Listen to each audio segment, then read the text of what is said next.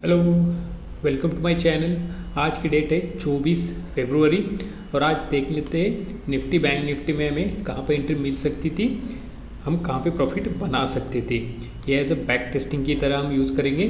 तो निफ्टी आज selling pressure की वजह से गैप डाउन ओपन हुआ। उससे पहले हमने जो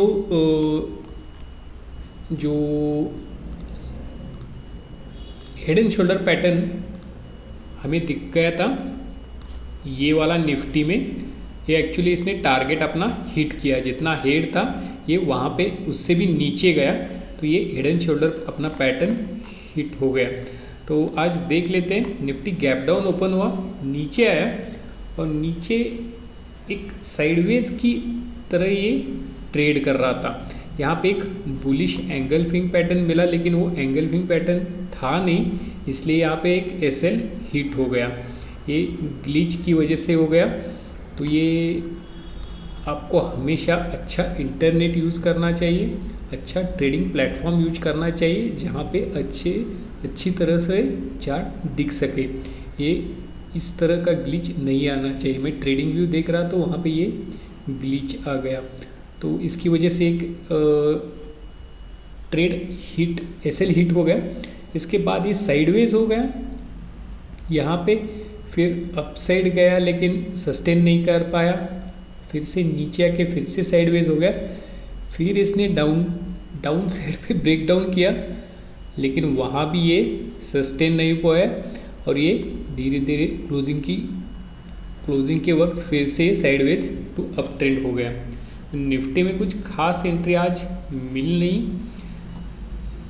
नहीं, तो निफ्टी में कुछ खास एंट्री बन ही नहीं रही थी, कोई भी पैटर्न दिख नहीं रहा था। अगर कोई मिल भी जाता तो ये एसएल अपसाइड या डाउन साइड का हिट ही कर रहा था। तो आज उसके बाद देख लेते बैंक निफ्टी में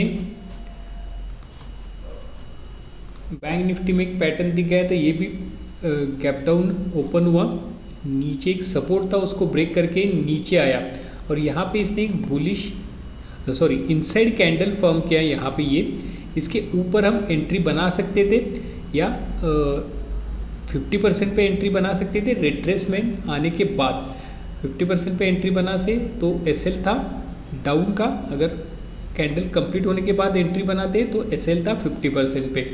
तो ये ऊपर ही बहुत देर के बाद ट्रेड किया इसने, अप साइड से रिजेक्शन था, डाउन साइड से भी रिजेक्शन था। तो ये थोड़ी देर के बाद अप साइड ब्रेक किया इसने, लेकिन रेजिस्टेंस से ये वापस नीचे आया। तो इसी तरह ये इसने एक एंट्री तो 50% पे हम अगर ले लेते तो अच्छी तरह एंट्री बन सकती थी। यहाँ पे एक एंट्री बन सकती थी और यहाँ से 1:2 का हमें अच्छी तरह टारगेट मिल सकता था। अगर हम यहाँ पे एंट्री बनाते, एसएल था कैंडल के लो का यहाँ पे, तो ये टारगेट 1:2 यहाँ तक आराम से हमें मिल सकता था और ये ऊपर गया भी। तो ये निफ्टी की अच्छी एंट्री थी, ये इसने टारगेट हिट कर दिया। तो उसके बाद कोई एंट्री नहीं मिली। निफ्टी फ्लैट था तो ये भी थोड़ा फ्लैट हो गया, लेकिन इसने डाउन साइड का कोई भी स्विंग ब्रेक नहीं किया। यहाँ पे आप देख लोगे तो ये हाई था, इसी हाई के पास ये रेजिस्टेंस सपोर्ट बन गया और यहाँ पे इसने टेस्ट किया। टेस्ट करने के बाद ये हाई प्लेटफॉर्म पे बना रहा था ऊपर जाने के लिए। यहाँ से ये नीचे आया और इसने एक लिक्विडिटी ग्रैब कर दी नीचे से। यहाँ पे अगर ये ब्रेक होता है तो यहाँ पे पोजीशन लेके ये एसएल डाल देते हैं। यहाँ पे स्विंग बनाया तो यहाँ पे पोजीशन लेके ये इसके नीचे एसएल होता है बायर्स का। तो ये वापस नीचे आया, वहीं पे उस सपोर्ट को टेस्ट करके ये वापस ऊपर जा रहा था।